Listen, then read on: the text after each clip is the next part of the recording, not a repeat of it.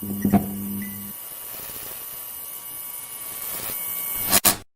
everyone, welcome back to my channel if you're returning, and welcome if you're just clicking in. My name is Annie, and today I'm going to be doing a paycheck budget tracker video.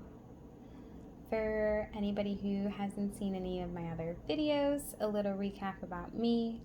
I am unemployed, receiving unemployment, and I am not letting that stop me from having a sense of financial stability, and I am letting that help me make a complete 180 in my life to work on things that I've always wanted to work on, to make an actual change in things I've always wanted to be better at.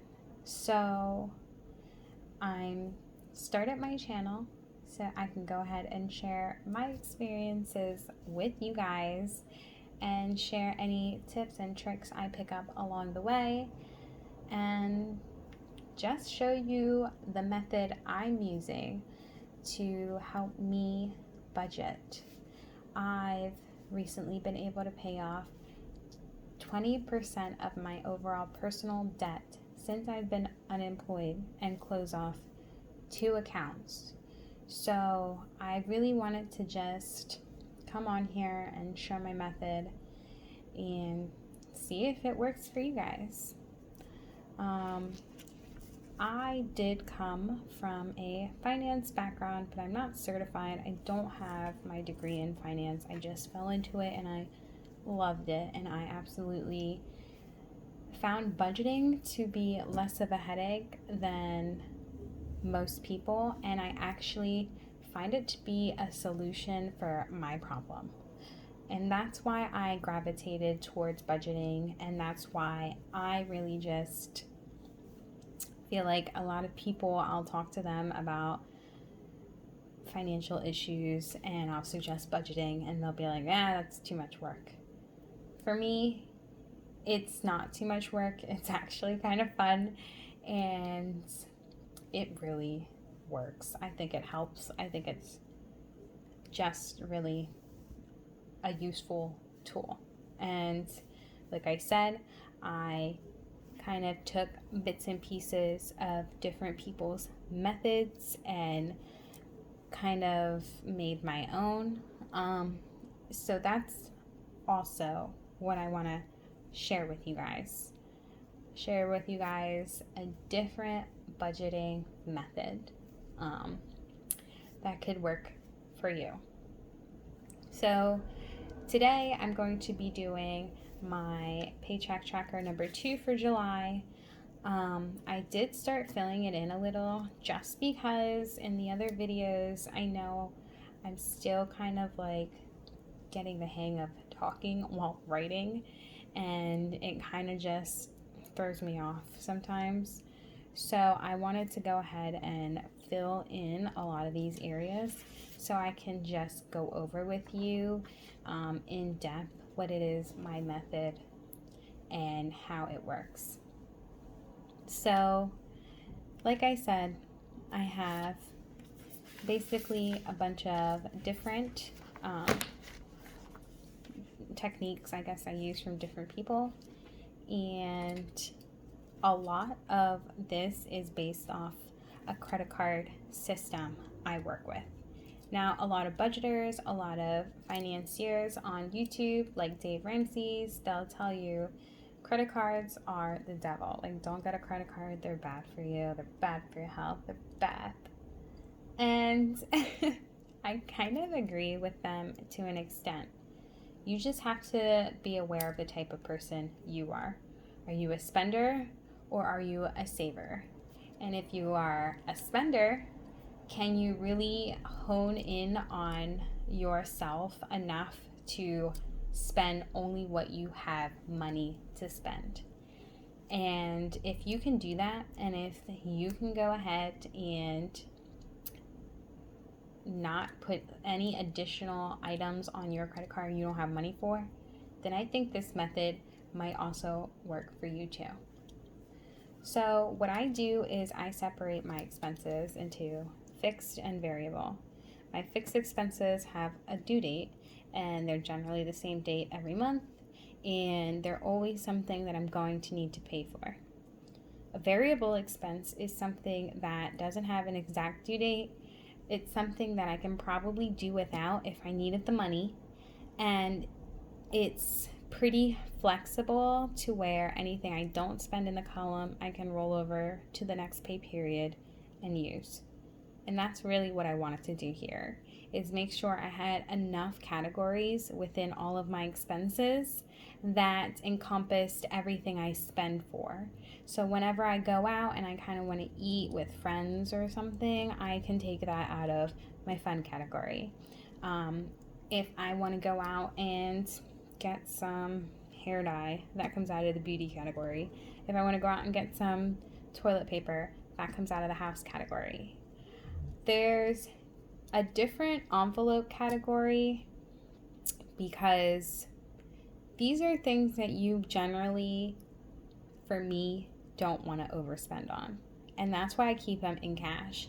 Because if I can physically hold in my hand the amount I'm supposed to spend for a full pay period, I can be a little bit more frugal with it because I know every dollar counts at that point, whereas when it's on a credit card or it's on plastic and I just go ahead and swipe, I don't count the small bills and the small change. And that's really where a lot of people suffer when budgeting.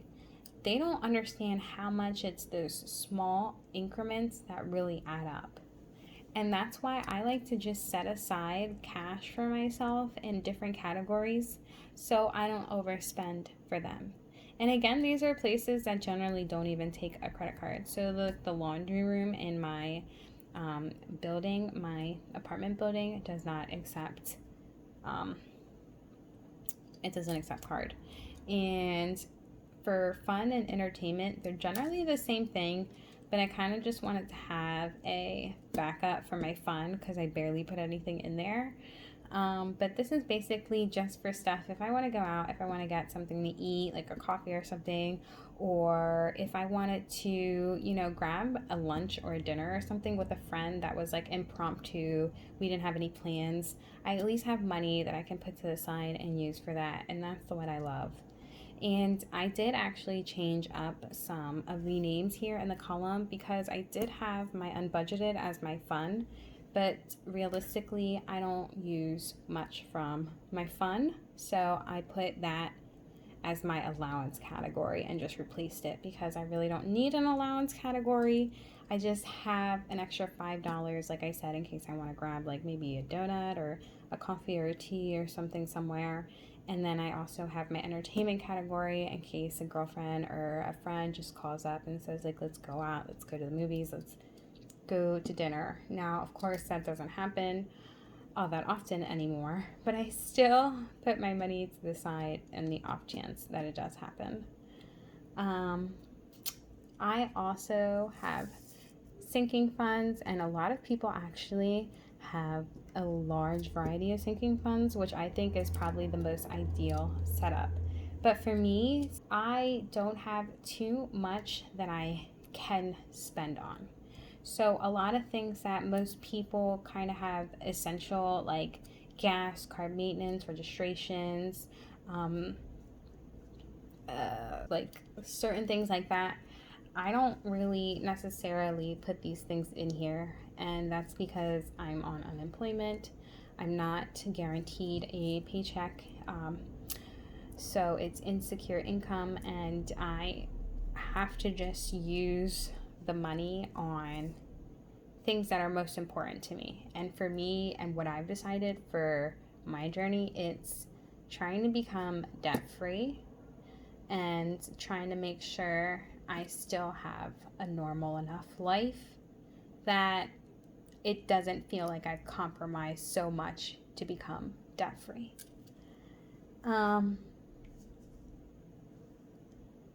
After the sinking funds, it's pretty basic, straightforward. There's the debt category and the saving category, and anything that you have left over from this is what I consider your primary responsibilities, then you can attribute to your secondary responsibilities. And generally, things that are in the debt column do get a payment from the expense column, but at this time, I am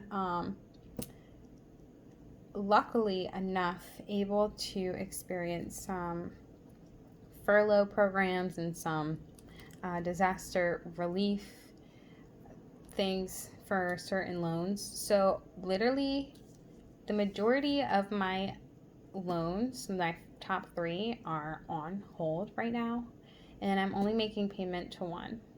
But this loan is one of my favorites. It's actually from a credit union.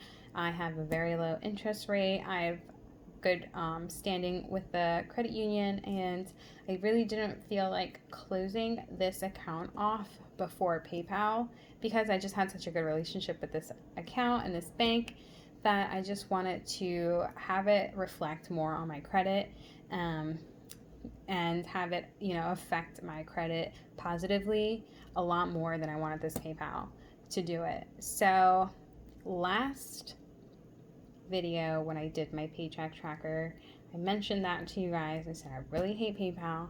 Again, I can do a separate video for it. I just want it off my account. I just want it off my name. But like I said, it's definitely not even the thing I should be doing, because if I do commit to the snowball method, I should be paying my lowest debt off first. But the fact that this has such a low interest rate, I just figured I can keep this open as long as I actually want it to, and it not negatively impact my credit score, and close out this one and get as much paid off to these other 2 student accounts that I have that I possibly could before everything kind of came back up into effect, and I kind of had to start giving hundreds of dollars to that. So I'm gonna go ahead and finish filling this in with you guys on camera, but that's a complete overhaul of my method.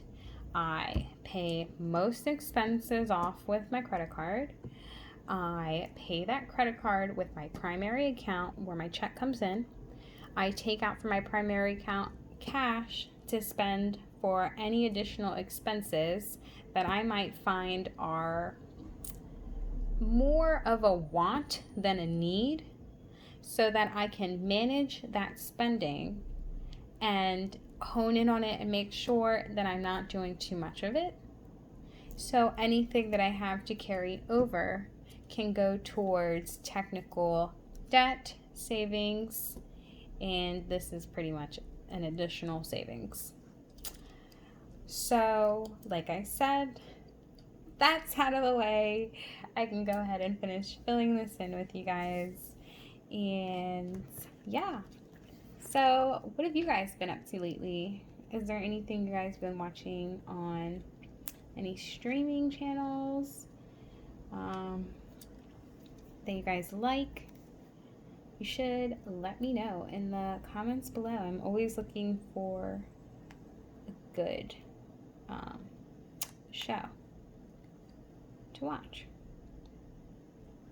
So for this category, you can see here I'm actually carrying over a negative balance, and I don't ever recommend carrying over negative balances and using from the next pay period, because you're going to run into like this negative snowball method where you're never going to have the right amount of money, and it's going to just get harder and harder every time. So what I do is I take from any other expense within the same pay period that has a balance to roll over.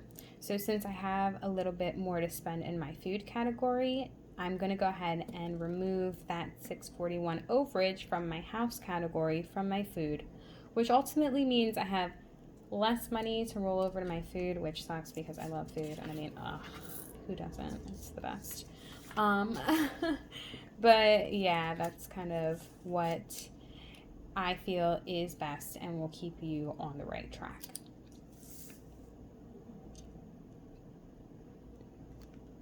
I can't wait for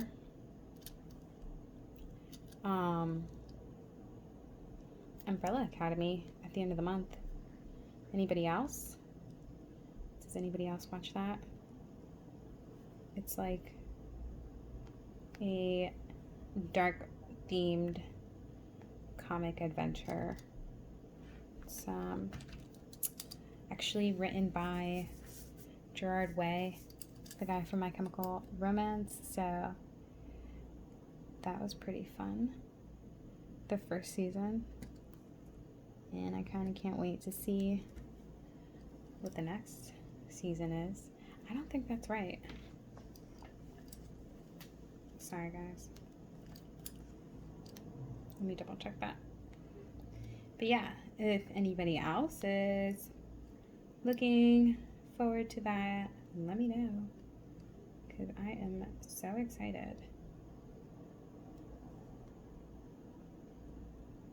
Okay, that's right.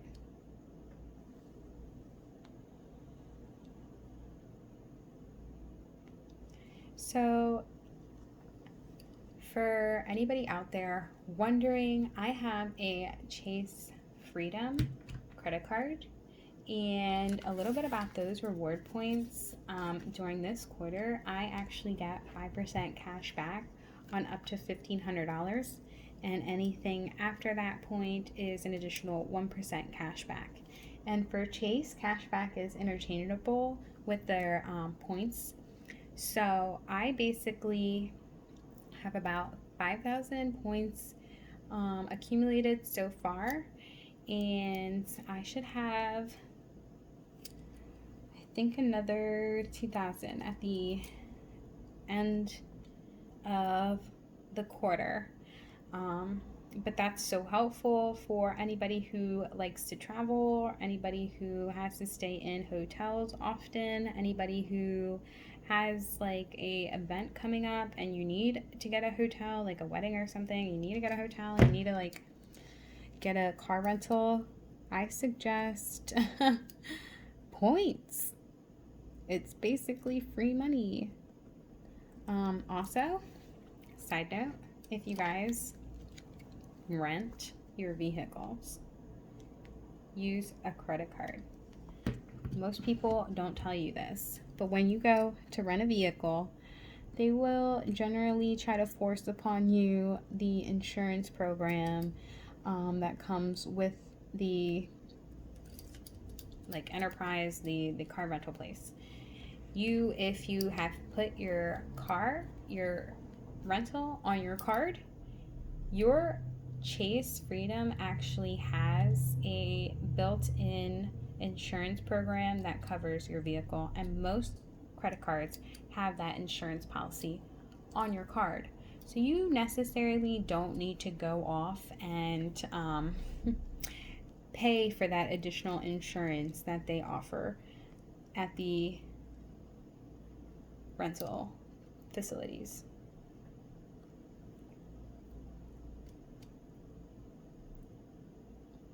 So my friend who I did their budget last time also has a Chase, but they have a Chase Sapphire Preferred, I believe it is. And that bad boy is much better than mine. And I kind of feel like I might want to upgrade to that in a minute. But I think I'll hold off for right now. But the Chase Sapphire Preferred has 3% back on Instacart, 3% back at gas stations, 5% back on select streaming services, and that does include most main streaming services, the one everybody has, like Disney Plus, Netflix, Hulu, ESPN, YouTube. He also gets 1.25, I believe, back on grocery and dining and certain home improvement stores. So that's awesome savings. Like, we're already going to spend the money. Like, we already have to buy things from the grocery store. We already have a couple things that we want to get from Amazon, you know what I mean? Like most people do, I do, that's what I'm referring to. Like we all have these things that we normally do or take care of. And I just figured, why not do that with your credit card? Why not benefit from some additional points while you're making purchases you already have to make?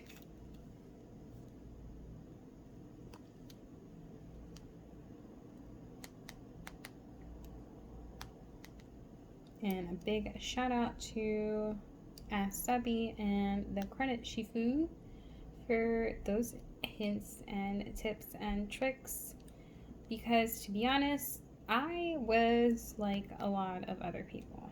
I put things on my account, on my credit card, that I really couldn't afford, and I would have a balance and I would carry that for months and months and then never use my credit card again because I was afraid of it.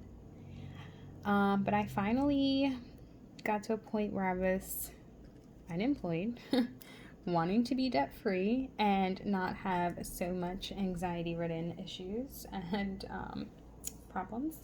But I didn't, this is not adding up right.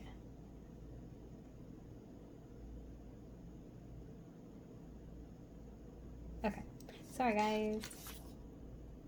That's not what I have really to roll over.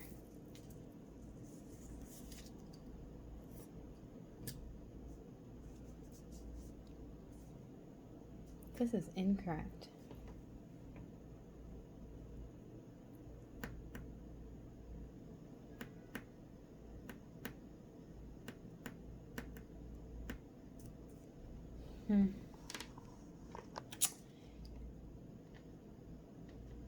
Yeah, I don't know. This is incorrect. And that's not what I have to roll over, and I don't know why.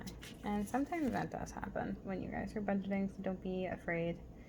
Don't be concerned when things aren't adding up necessarily.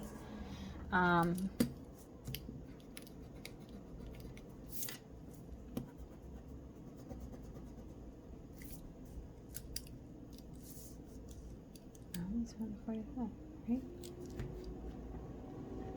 Did I spend more?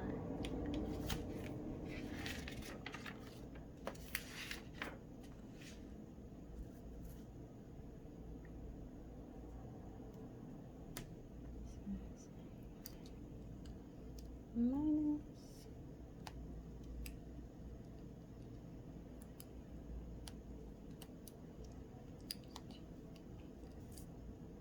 That's what happened.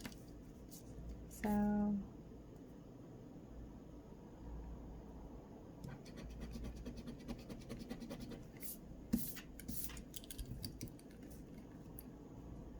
think it's here where I have the error.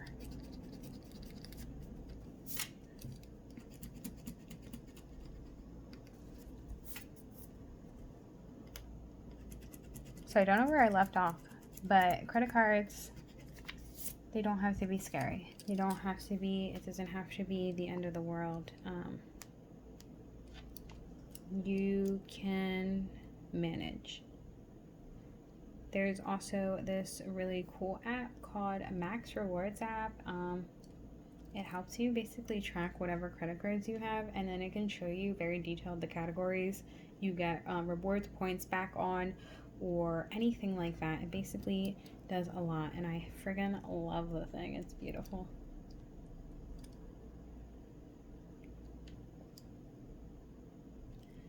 $63.65. Okay. Should be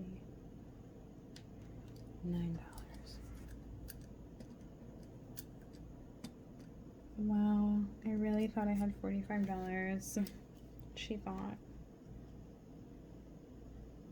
And to be honest, this is not my actual. This is my rollover. So let me put that there. So that's what happened. We figured it out. This is my rollover to No, you see, I don't.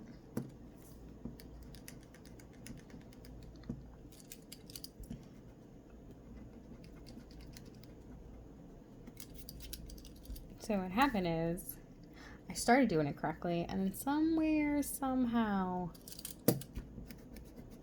I got off track. Actually, let's go 0. This is 1203 that I have rolling over, and this is 5 that I have rolling over.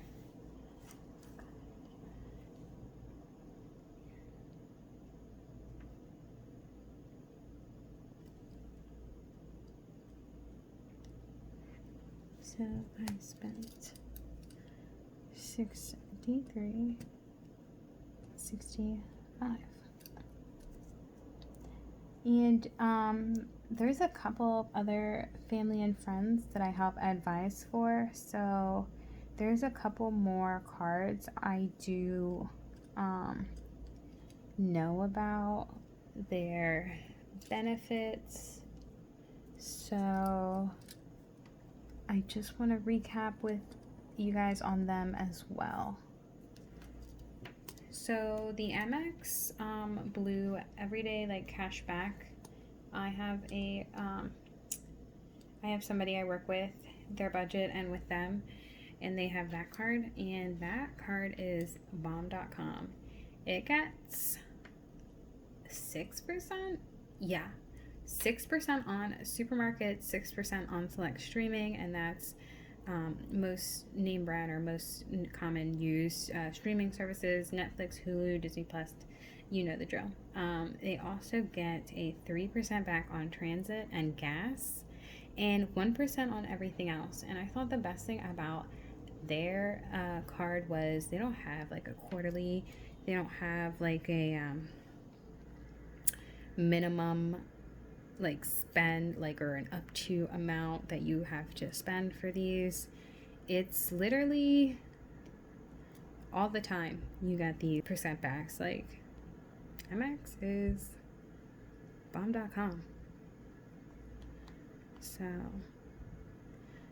if you have an AMEX and you're not putting your streaming services, or you're not going to the supermarket with it, can you call me up and let me borrow your credit card very quickly?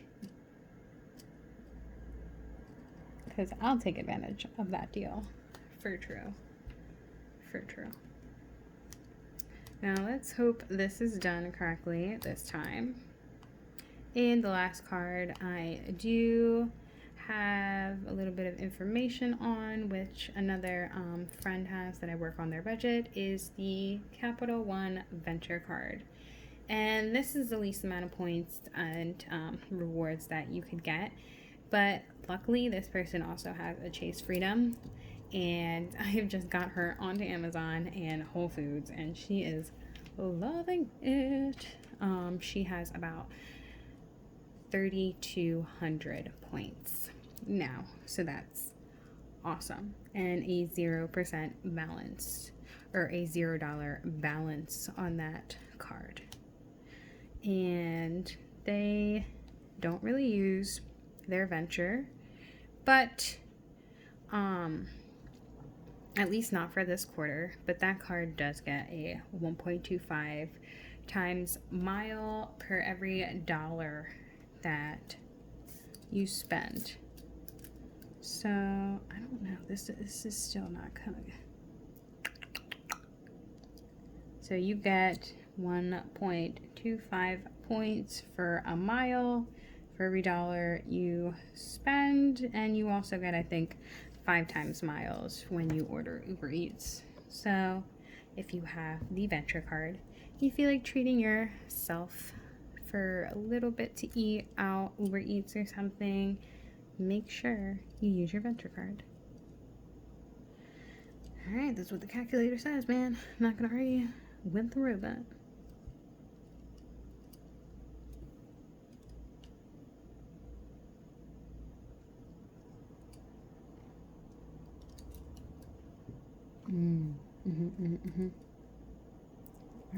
Yeah, this looks a little bit better. I feel like I had more in this column last time.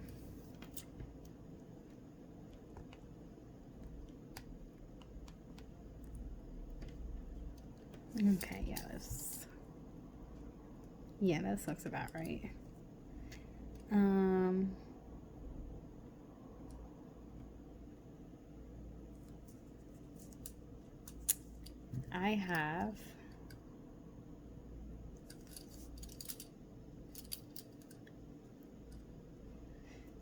I think this actually even went up. I freaking hate this account. And they're still charging me interest while I'm on a pandemic relief program. Whatever. We'll talk about it later. I am not fully done this loan, and while I could probably take some money out of one of my savings to pay the full amount off, I won't, and I'll tell you why. Because when you're paying off debt, you need to pay it off strategically, and you can't really pay things off in one lump sum because it'll negatively affect your credit. So I learned that the hard way. I just want to let you guys know so you're not out there paying things off in full and realizing you just tanked about 14 points because your debt to credit or your credit to debt utilization just like skyrocketed because you closed an account and your other accounts are almost max, and it's not a good look. Don't do it. So that is, yeah, that's all I have to say about that. So it's telling me I'm supposed to have a cushion of $25 with 26 cents. And whilst I know that that is incorrect, I'm going to just write it anyway. Because even though it's off by a couple of dollars, by all of $3, or $2 and some change, that could have potentially been from like a coffee or something I had, or something is off here.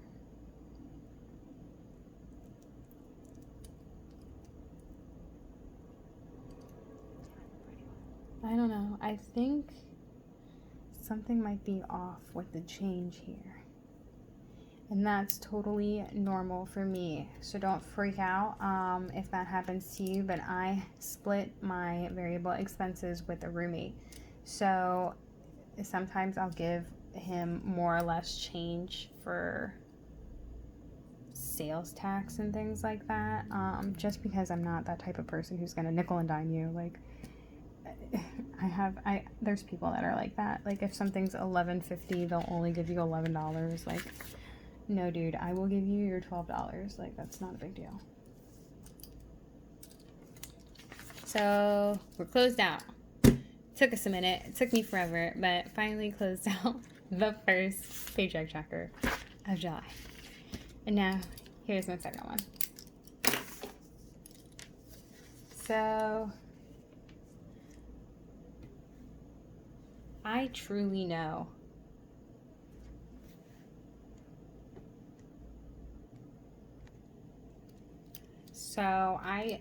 know I have slightly more than this is.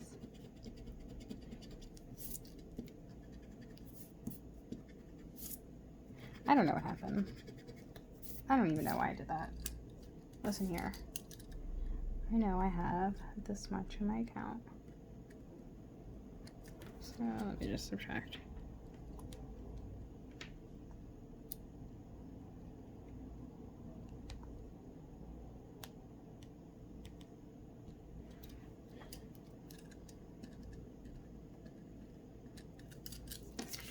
So I have a little bit more rolling over than I anticipated. Don't know how that happened, but if that's truly what I have, that's going into savings. I already have my rent in here. I already have my Netflix for August. I'm going to continue to add in my Plex for the end of this month because it needs to be paid with these paychecks, and that's what gives me my total of $636.50, and that means I should have, so this is wrong too. So let me rewrite this. So I'm kind of glad I actually did write this in, because to be honest, I feel like I wouldn't have done math correctly while talking to you guys. I don't know why. I just don't know.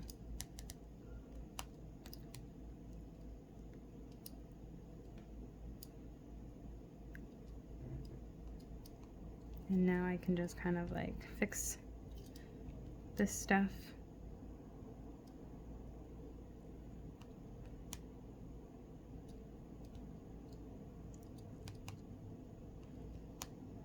Instead of having to figure it all out. So this should be 141.31 remaining. So this is wrong, because I think I did this with the math that was wrong on the other sheet. So let me just redo this.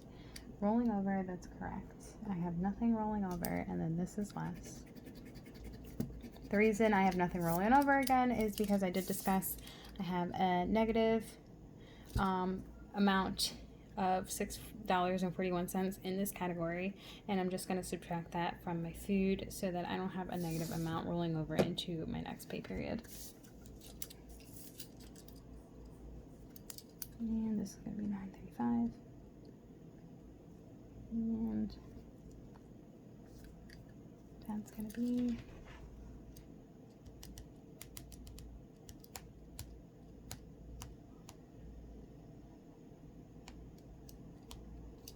$65. That's a nice number.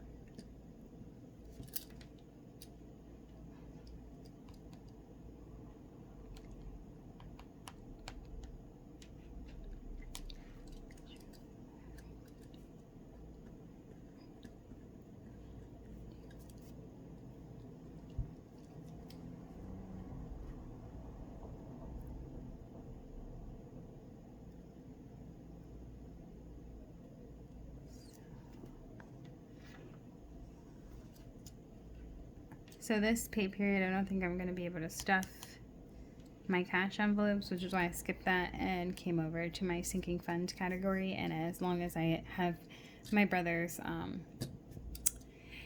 birthday present, you know, kind of covered, I really just don't mind not having any money, since I did have lots of rollover from last pay period. And I will still have rollover from this pay period for 7/8, because I haven't used anything since I went to the ATM last.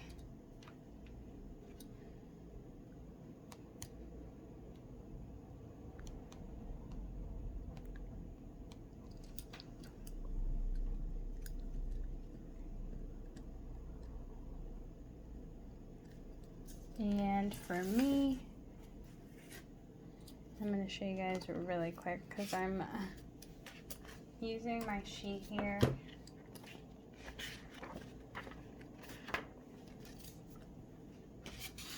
This is basically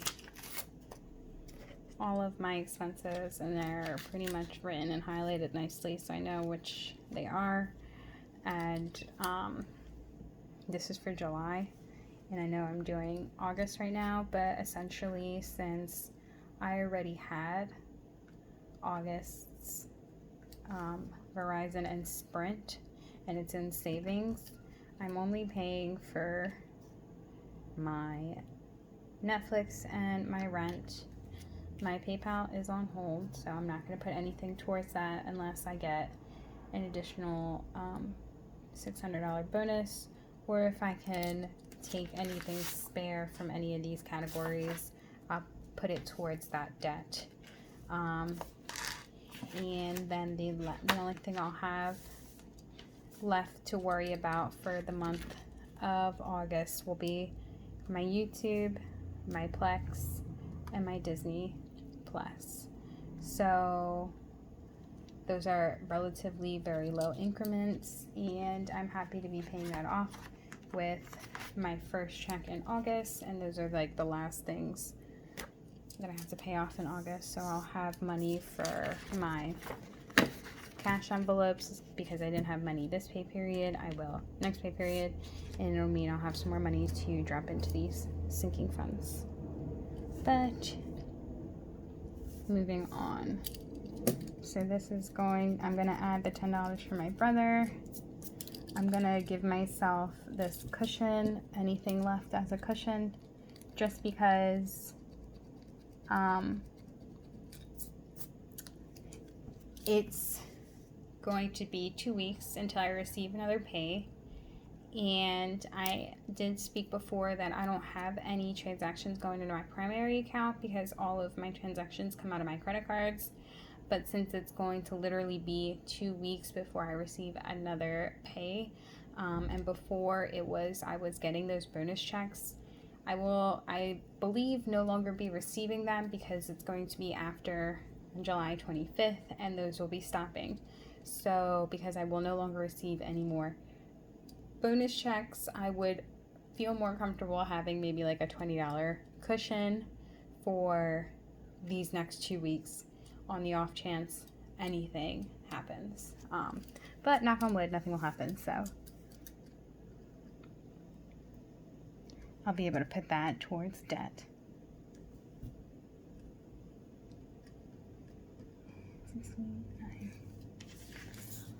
So that concludes my check-in for this paid check tracker. It's all completed for now. All that I can do is close this out next time I get paid, and I'll go ahead and bring you guys along and show you that as well. So I hope this makes a little bit more sense to you guys. I hope you were able to find it useful. I hope you're able to go ahead and take advantage of your credit card rewards points programs, and I hope you're able to be merry. So anyway, have a good one, guys. Bye.